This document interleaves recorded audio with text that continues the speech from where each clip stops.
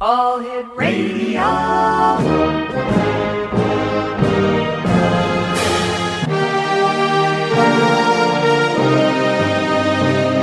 Welcome to the X Zone, a place where fact is fiction and fiction is reality. Now, here's your host, Rob McConnell.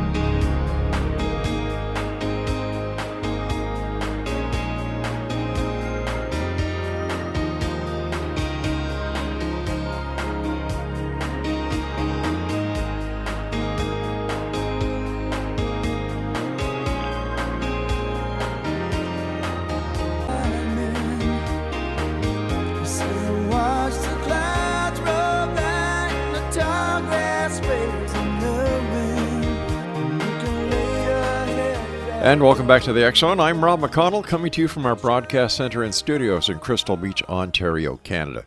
If you'd like to send me an email, xzone@xzoneradiotv.com, on all social media sites, Xzone Radio TV. And if you'd like to find out what is happening in the X Zone, our website is xzoneradiotv.com. And for our television channel on SimulTV, the X Zone TV channel, visit www.simultv.com. They've got some great programming there, 130 plus channels. Just a great bunch of guys over there to work with. My guest this hour, Exonation, is Dr. Robert Thiel, and he's an award-winning researcher. He takes his work very seriously, traveling to various places in the United States and around the world that he identifies in his book. Now, we're going to be talking about his latest book.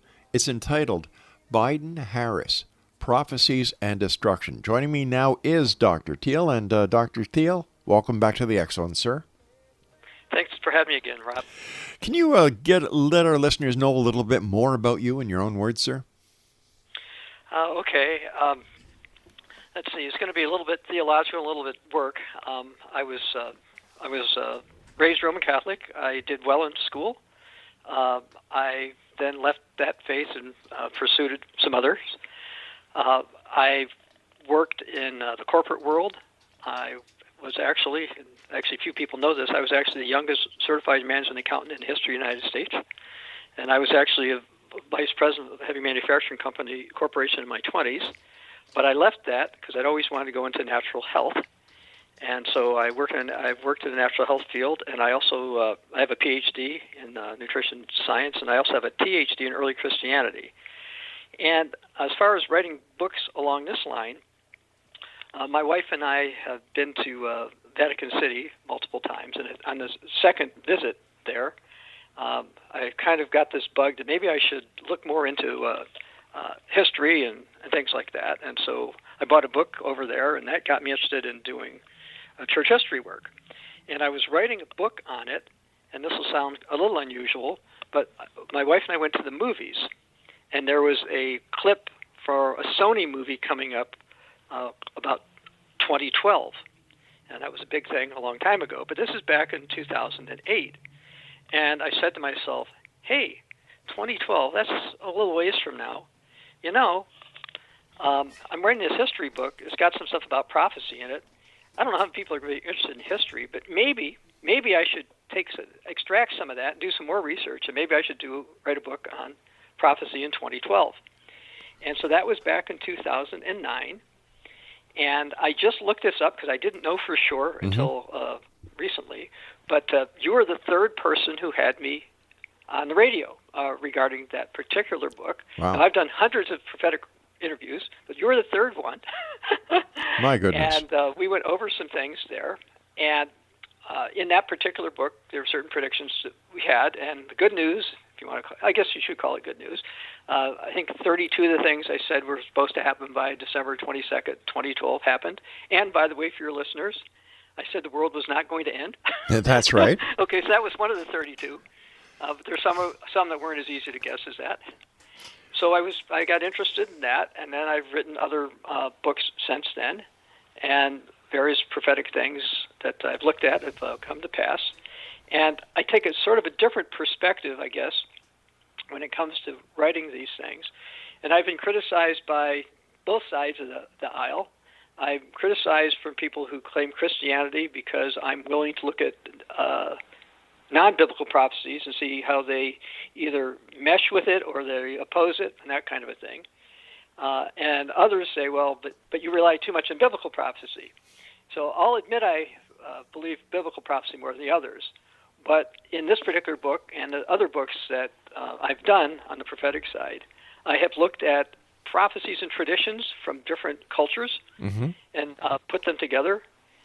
Plus, you mentioned some of our travels. Yes. For example, when my wife Joyce and I were in Indonesia several years ago, I actually asked a Hindu.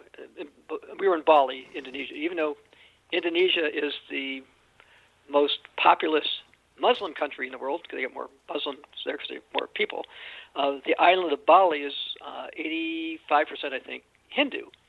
So I asked a Hindu about various Catholic prophecies about what the Hindus actually accept their religion. And I thought he was going to say, of course not. And it was like, well, it kind of depends on how they word it. Now, I was surprised. And again, this was me checking out a non-biblical prophecy to see, how that would fall. Again, over in Indonesia, the Catholic prophecy came from Europe, I think, and so I thought, oh, that was interesting. So I've been to lots of places, and I'm excited to share some of what we've come up with. But I've tried to have a biblical perspective, but be willing to try to see or think about how other people might think of these things. And one thing I'm going to be let me make a positive comment about you first.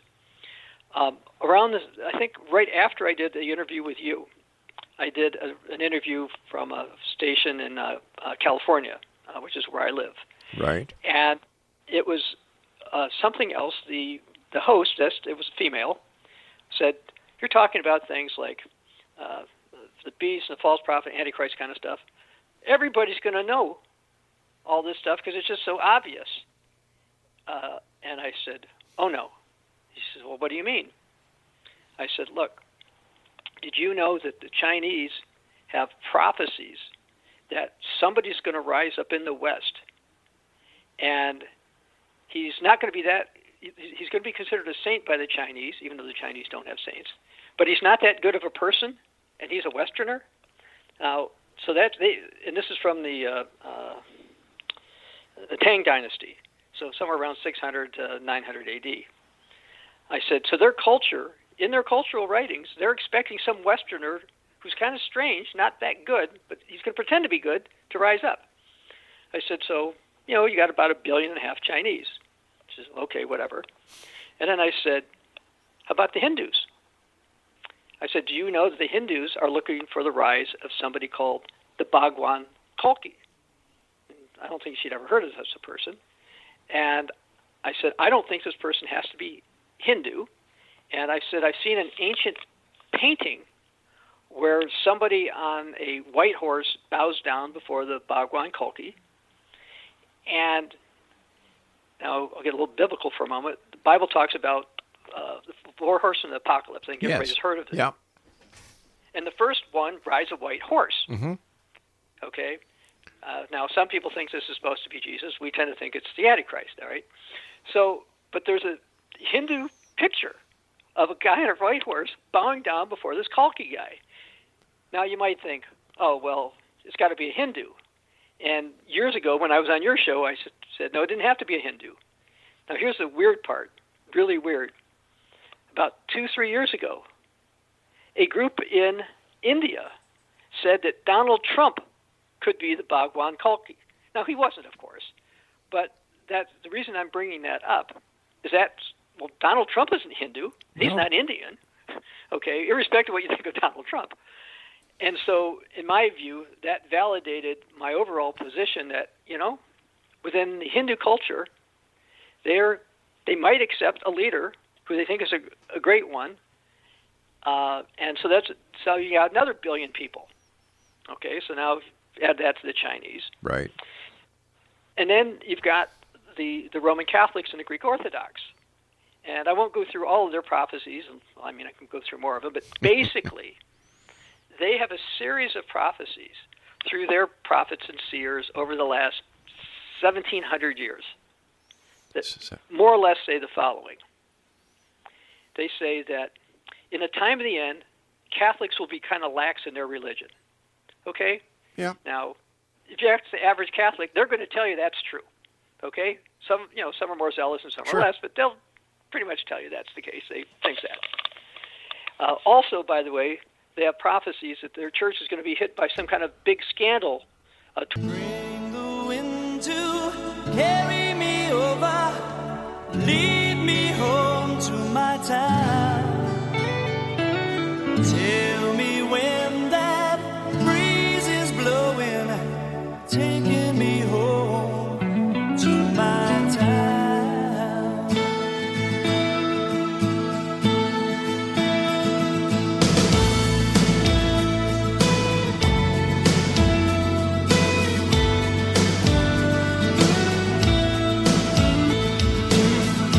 When I think of you, Scotia, there's a love that just beats in my heart. In my childhood days, we went our different ways, but you knew that we'd never part.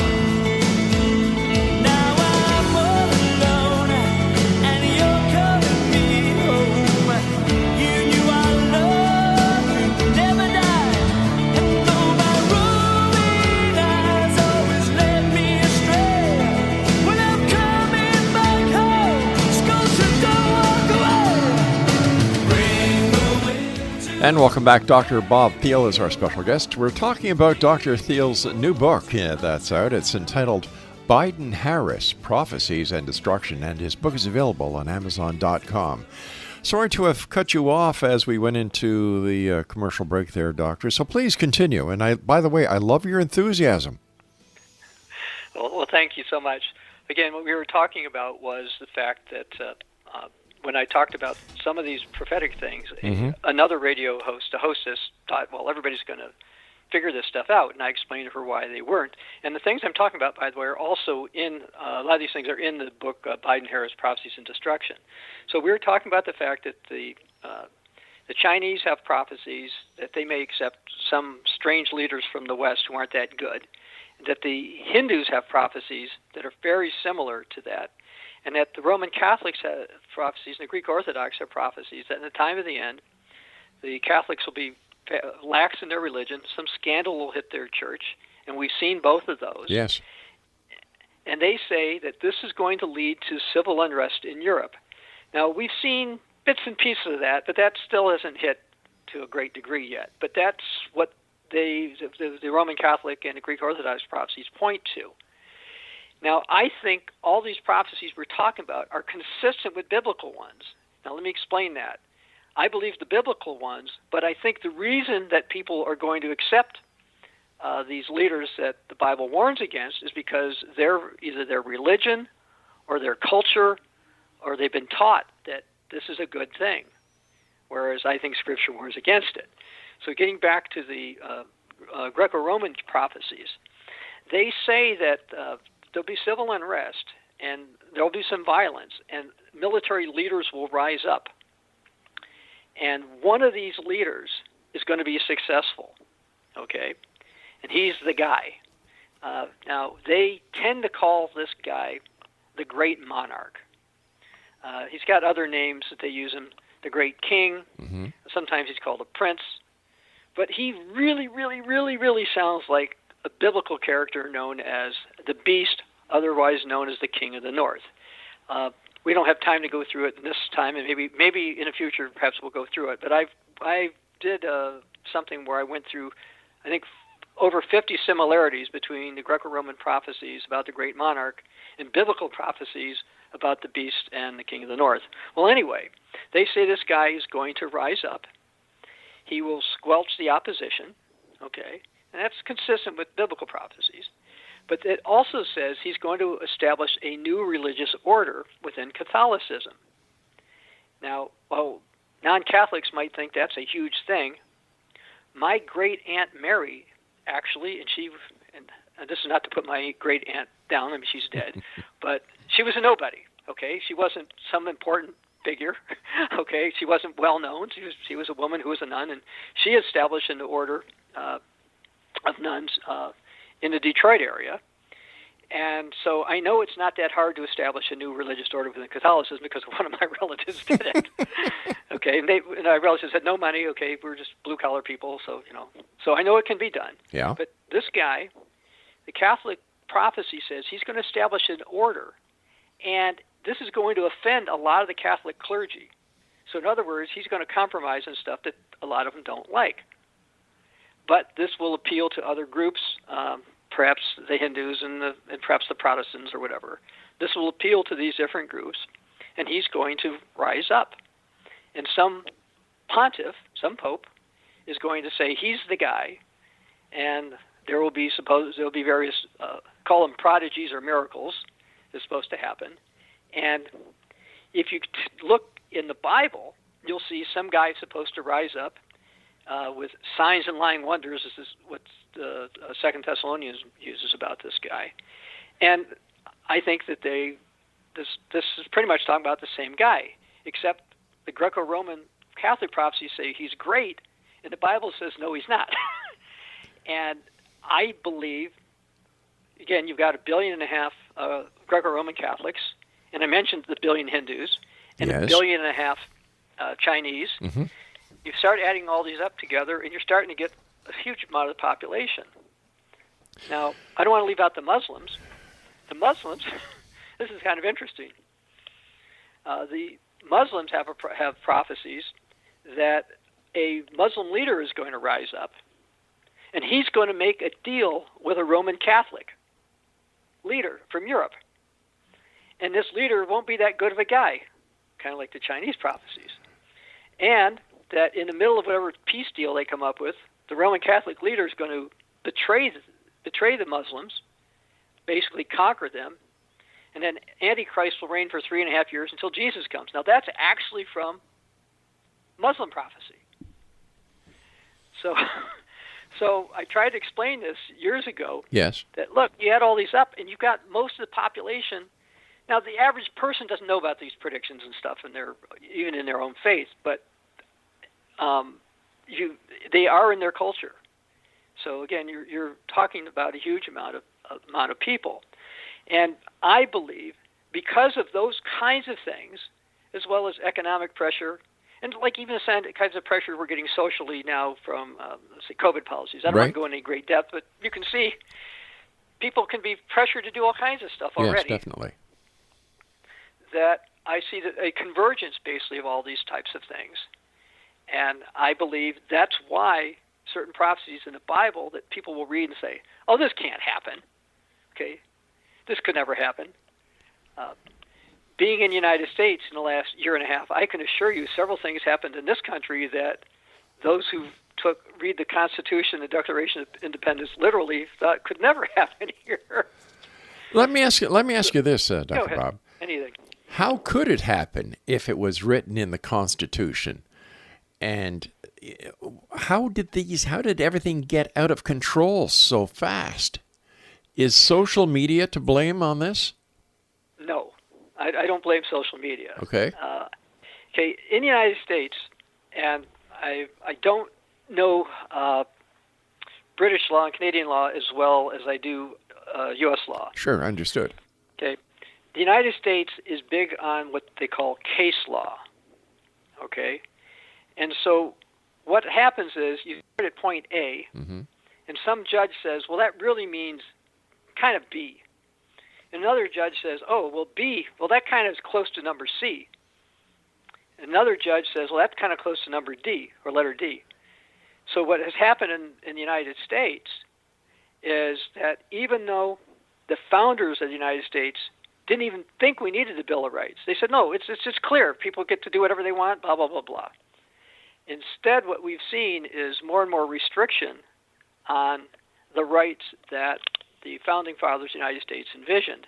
And essentially, through the courts, there have been a series of cases have gone a certain way.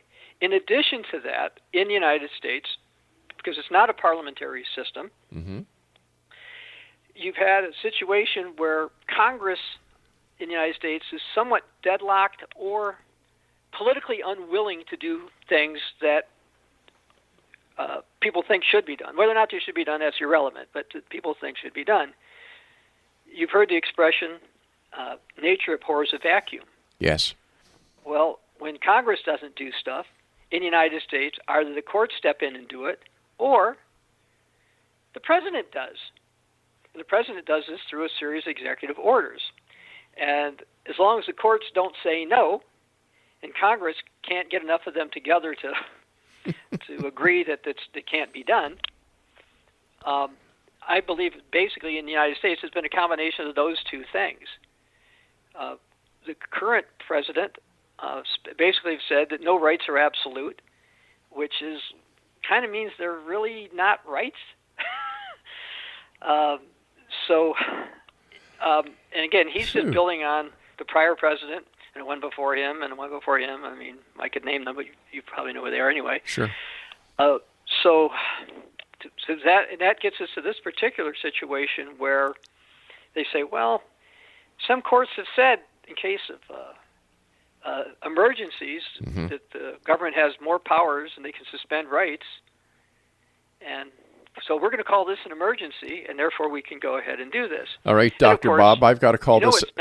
I've got to take my news break. Please stand by, sir. We've got to take our news break at the bottom of the hour, and we'll be right back after we find out what's going on in this crazy world of ours. And Dr. Bob Thiel is our special guest. When we come back, we're going to be talking to Dr. Thiel about his new book, Biden-Harris, Prophecies and Destruction. It's available on Amazon.com. I'm Rob McConnell. This is the X-Zone. If you'd like to send me an email, pro or con, X-Zone at xzoneradiotv.com. Don't forget, my favorite new radio station I'd love to share with you, each and every one of you, if you like classic music, if you like classic rock, and if you like classic talk. Visit www.classic1220.ca.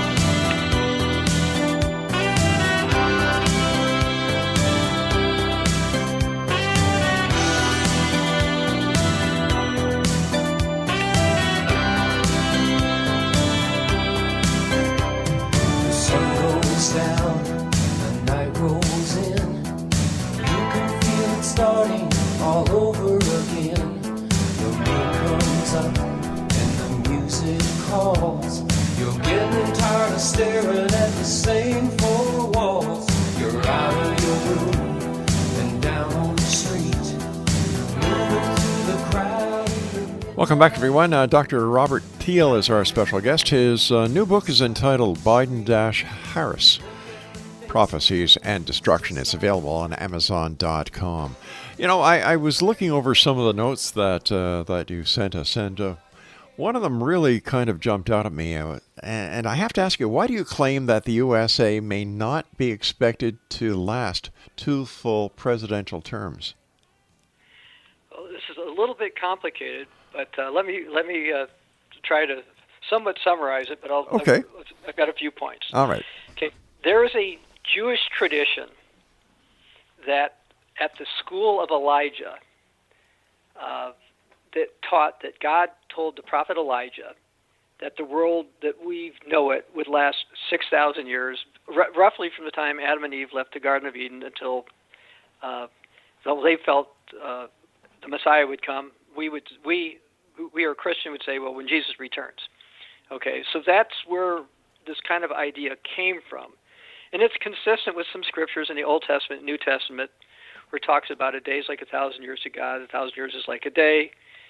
Genesis talks about God making the heavens and the earth, recreating them in 6 days and resting on the seventh day, which is the Sabbath day. And various ones on the Jewish side and early Christians taught that there's a 1,000-year period the Messiah was going to reign on the earth. Okay, so you've got this period of time that's called 7,000 years, and various Hebrew scholars or whatever concurred with that, and early Christians taught a version of this. Now, the next part gets a little tricky. Generally speaking, those who profess Christianity say that the church began on what's called the day of Pentecost, and it's recorded in the second chapter of the book of Acts. Now, there's an argument, what year was Jesus killed? Was it 29, 30, 31, 32, 33, somewhere in that period? I've seen as early as 27 AD and as late as 36. I lean toward either 30 or 31. 31 being the most likely based on a bunch of things which I won't go into now. And so now if is the biggest two-letter word in the English language.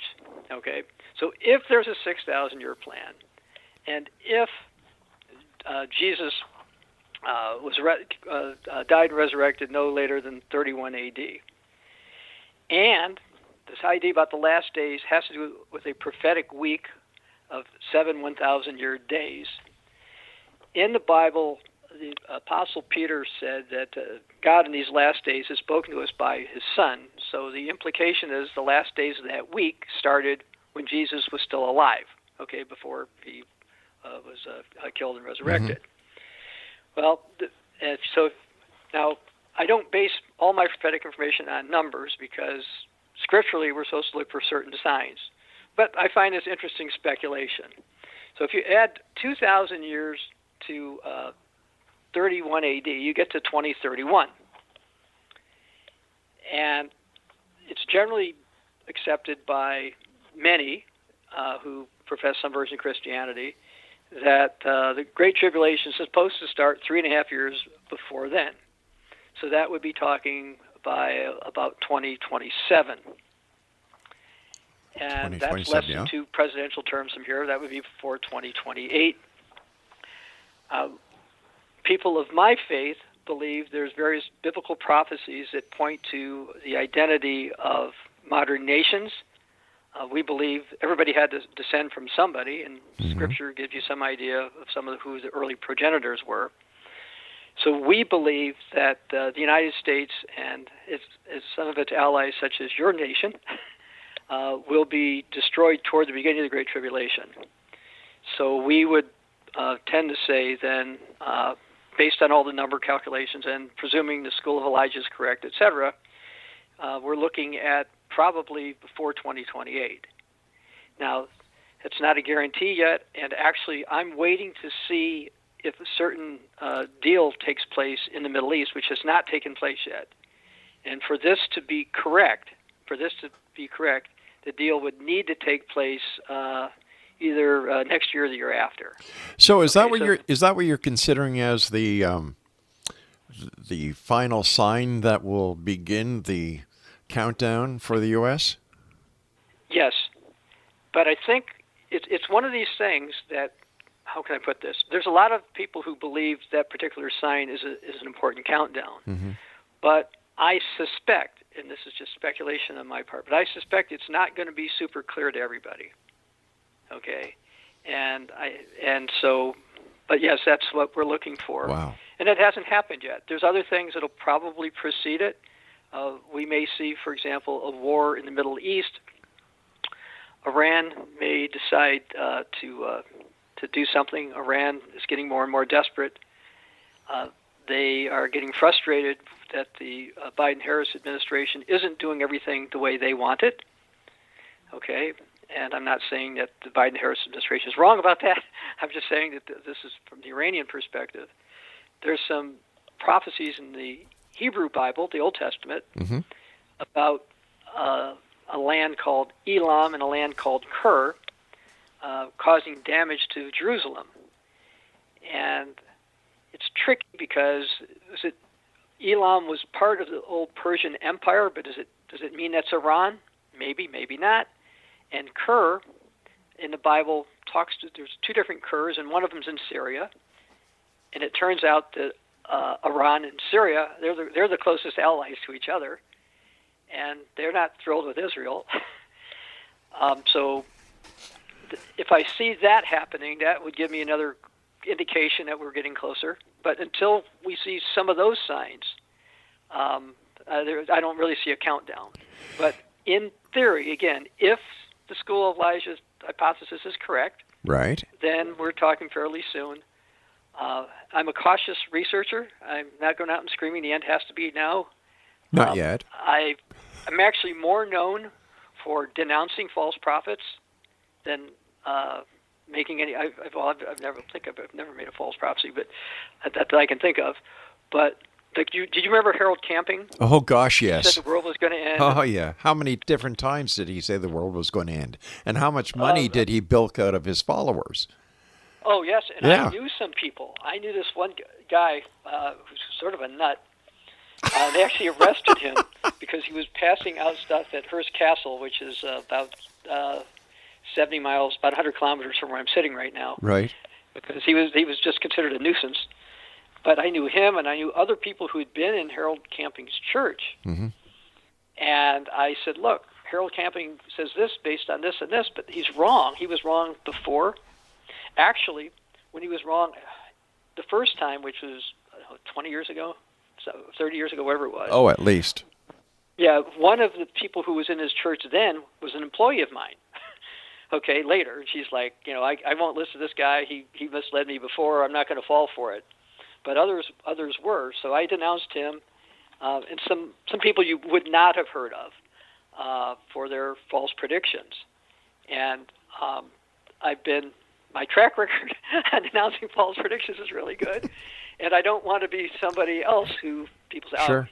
You're just like everybody else. But if we have free will, yes. Isn't it possible to avert these predictions? Yes. So there's hope. There is. I'm not counting on it, but there's something in the book of Daniel, for example, in the Old Testament. Right. There was a famous king named Nebuchadnezzar. Yep. And he had a dream, and one of the dreams, Daniel interpreted it, and Daniel didn't want to tell the king what it meant because it wasn't really good. And basically, he told the king, "Look, you're done for." And you don't tell the emperor that, but it's what he did. He says, "But," Daniel says, "but if you change, you can delay this." And I don't know how long it was delayed, but eventually it happened. So is it possible to delay it? Certainly. If you go to since we're mentioning the Bible, if you go to when Jonah spoke to the people of Nineveh. All right, we're going to have to hold it. Days, we're going to have to hold it here because I have to take my final break. When we come back, more with Dr. Robert Thiel, and we're going to be continuing talking about his new book that's entitled Biden-Harris, Prophecies and Destruction, and it's available on Amazon.com. This is the X-Zone. I am Rob McConnell. Whatever you do during this break, make sure you're finished and get back to your radio because there's more to come.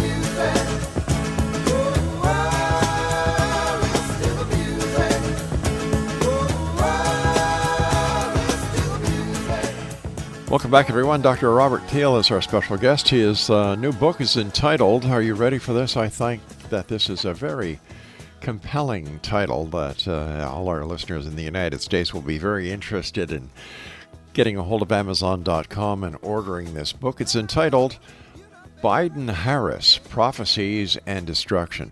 You know, I sometimes turn on the American news, and I have a hell of a time trying to follow it. You know, you've got Biden and Harris, and are they telling the truth, or are they being manipulated by some unseen power? You know, I watched the interview or the clip when Kamala Harris was in NASA, and it was like, what the heck are you talking about? Does this play into your book? Yes. In the book, I talk about the fact that both Kamala Harris and Joe Biden are not known for always telling the truth. But the other thing, since they've taken come into power, a lot of things have been staged. Kamala just staged some kind of a thing with children last week. Yeah, at NASA. And it was, unnecessary. And so it does make you wonder. But in the book, for example, one of the prophecies in the book regarding them, I talked about the credibility or morality, if you want to call it that. But the other thing, and this gets to do with destruction, right, is that prior to the Obama-Biden administration, U.S. debt was around $10 trillion, and during the Obama-Biden administration, they added another about $9 trillion during 8 years. This is followed by Donald Trump, who added between 7 and 8 trillion during only 4 years. And one of the things the book warns about is that the Biden-Harris administration is going to continue to increase that debt. Now, they haven't gotten through everything they've tried to do so far, but they're talking also massive amounts of debt. And interestingly, about 2,600 years ago, a prophet by the name of Habakkuk warned that in the last days, said, now, it's going to seem like it's delayed, but it will not delay. Eventually it's going to happen. Someone's going to load up a lot of pledges. Now, in the United States, by the way, we call those pledges treasury bills. Or treasury bills are pledges, I guess. And this is starting to happen here. And it says at some point in time, your creditors will rise up and you're going to be destroyed. And now people think, oh, that could never happen. And I believe that we may see a series of negative things happen. Now, I don't know for sure if Yellowstone is going to blow up, but we've certainly had Hurricane Katrina. We've had other major events. And what's going to happen if the United States has several traumatic events happening? Certainly, countries around the world are going to say, look, if the U.S. was increasing its debt when things were good, there ain't no way it can pay back when things are really bad. So I think we're setting ourselves up for a fall in lots of different ways. And the book goes into that and, again, ties into biblical prophecies and non-biblical prophecies and basically how they kind of line up. Now, you mentioned the book's available at Amazon. Now, the plug I'd like to make is I'd like to spell my last name. Unfortunately, when my ancestors came over, they spelled it Thiel. So I have a lousy last name for radio. No, you don't. No, you don't. Yes, we've had people call up information to try to find me before, and they think it's because it's pronounced teal like the color. Right. So no one knows it's Thiel. So if you go under Thiel, type in Biden-Harris on Amazon, the book will come up and you can find it. We just checked. That's the plug for the book. But in the book, we just checked, and even if you just type in Biden-Harris, your book pops up. Oh, okay, great. Yeah. Okay, that's good. Okay, so thank you for letting me know. I hadn't checked that one in a while, I guess. That's what friends are for. So thank you. Yeah. But again, where I try in this book is I try to be very careful and list sources. Okay. Yeah. Now, people can disagree with my conclusions. Okay. You talk about free will. People can always disagree. But the facts are facts. Now, you may think maybe you don't believe the Scripture. That's fine. Or maybe you don't think that a Roman Catholic prophecy is relevant. That's certainly your opinion. But I've tried to be really careful to make sure that when I quote Catholic prophecy, Hindu prophecies, biblical prophecies, etc., or I quote news items or news facts, that those are factual. But do all the So people biblical think- Go prophecies from all the other religious philosophies, do they all line up? Do they all say the same thing within the same time period? Well, they don't all say it in the same time frame, but some of them do. As a matter of fact, you brought that up. The Hindus. The Hindus have a prophecy about things happening somewhere around 2025, 2026. And that's consistent with me saying that probably if certain other things line up, we're talking 2026, 2027. Right. So, yeah, the Hindu ones point there. Roman Catholic prophecies have two different sets of them. They have stuff that's supposed to happen in, some sets say it's supposed to happen in the 21st century, and others say the 24th century. Okay? So, no, not all of them line up for exactly the same period of time. But overall, yes, a lot of them do point to the same basic period of time, and a lot of the same events. Again, some are viewed as positive, whereas I would view them as negative. And because people will view them as positive, some things will happen that we would never think humanity would accept. But isn't it possible that it's all, well, right now it's all speculation because a prophecy is a possibility. It's not a fact. The time, while we believe that those prophecies will all ultimately be fulfilled, you're correct that they don't necessarily have to be fulfilled in the next several years. Yeah. I would totally agree with you on that. But as we see world developments happening and the acceptance of something resembling, I'll use the term, vaccine passport, et cetera, and I was recently in Puerto Rico a couple of weeks ago, and you can't go to restaurants, you can't go to a hotel, you can't go into the bank unless you show them your vaccine certificate. Same here. Okay. You know, and I don't see anything wrong with that. I agree with it 100%. I also agree that people need to get vaccinated, whether they want to or not. That's my belief, because I've seen the results firsthand of what happens when you're not vaccinated. And I think that, to quote something from Star Trek, the needs of the many outweigh the needs of the few. Well, my point to bring it up wasn't on that side per se, but to say that there's a warning in Scripture about 666, that you're going to need something in order to buy and sell. Yeah, it's called money. And right now, with things such as a vaccine passport, if you will, we're seeing a prelude to it. Well, and so it's already there, Bob. It's called Bitcoin. It's called credit cards. It's called Interact. It's already there, but this is progress. Don't forget, these scriptures and these prophecies were written thousands of years ago. They were speculating on a world that would be with very limited knowledge. You know, back then they still thought the world was flat. So how can we take anything serious when we're looking at a biblical prophecy when they had no concept of science except the very rudimentary? And a lot of scholars now agree that the Bible was written as a explanation of the existence, you know. And once again, you've got the Hebrews who have the first 5 books of Genesis, the Torah, and the rest of it they kind of ignore. And then you've got the Christians who have the Old Testament and the New Testament. So once again, based on their lack of knowledge, how can we take anything serious? And you've got 30 seconds to respond. Okay. Well, first of all, I believe there's a divine creator who knows the end from the beginning. But secondly, I told you, my 2012 book, 33 things that I wrote in there that were based on my understanding of biblical prophecy did come to pass. In my last couple of books, it's also been the same thing. I had a book on Donald Trump, 20 things I said he was going to happen. Did, not because I know everything, but because I based them on biblical prophecy. Because so many prophecies are coming to pass, I think it proves it's reliable. All right, Dr. Bob, I want to thank you so much for joining us tonight. We've got to get on. And Exonation, if you'd like to find out more about Dr. Robert Thiel, and that's Thiel, go to Amazon.com, and that is where you're able to get Biden-Harris, Prophecies and Destruction.